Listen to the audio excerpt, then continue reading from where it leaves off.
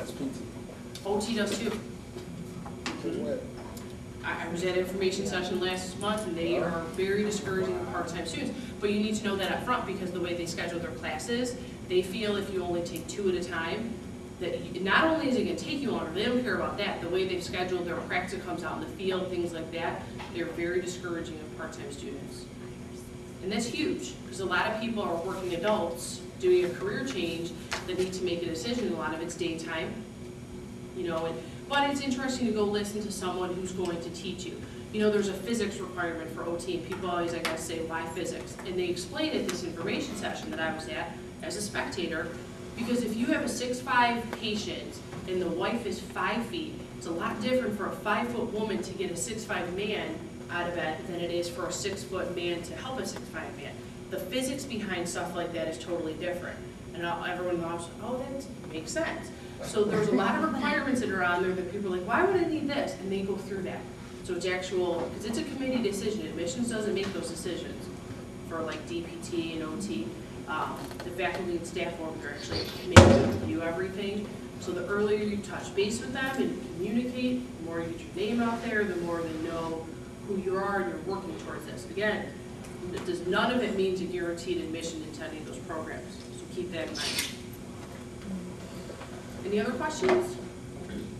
No? Yeah.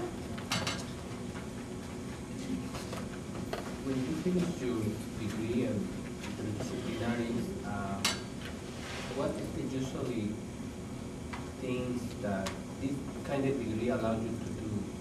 I'm going to be speaking about that just in a second. Okay. Anything else about masters? You guys, everyone has my card. If it's not me, get into just see an admissions counselor and let them know you're thinking about down the line getting into a program. Okay? Can we have a list of the master program that allows you to go? There is no list. What I would do is I can tell you off the bat there's just a couple, like masters in nursing. Does not, because you have to have a bachelor's in nursing. Communication disorders, masters, does not. If you go on the website and look under master's degree and it lists them all, the first paragraph will tell you a degree in is required. So usually it'll say, we recommend you have a degree, bless you, in psychology, something like that. Very few programs, I mean, even accounting, you don't have to have an accounting degree, but you have to take the preparatory work. So every degree, and that's what I tell students, if you have no idea what master's, bless you, go on the website, click every single degree, and the first thing that will pop up is tell you what undergrad they're looking for. So you can easily cross off. But off the top of my head, the master's in nursing, communication disorders, educational administration, if you're not a certified teacher, you cannot go into it. Really, that's it. Everything else, there's a way to do it. No. Addiction studies you can do, because there's an addiction studies minor that a lot of students do. Social work. Social work you can go into with anything, you just have a longer program. There's a full track, and then there's an advanced track. Advanced is if you had an undergrad in social work, you can go into it.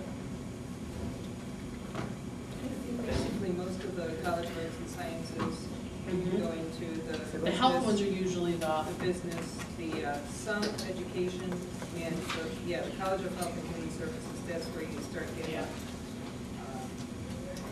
Just got to look a little bit harder.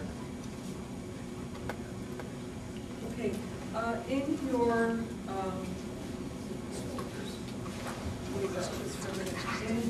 in this handout, in this marketing handout, there are some inserts. And the first couple of inserts are what can you do with a Bachelor of Arts in Interdisciplinary Studies.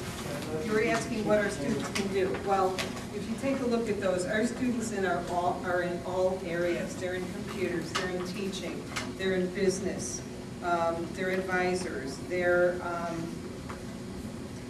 just take a look at some of our alums and what they do, and that'll tell you the wide range of areas that our graduates go into. So it's very versatile, and again, most of our students are coming in to complete that bachelor's degree.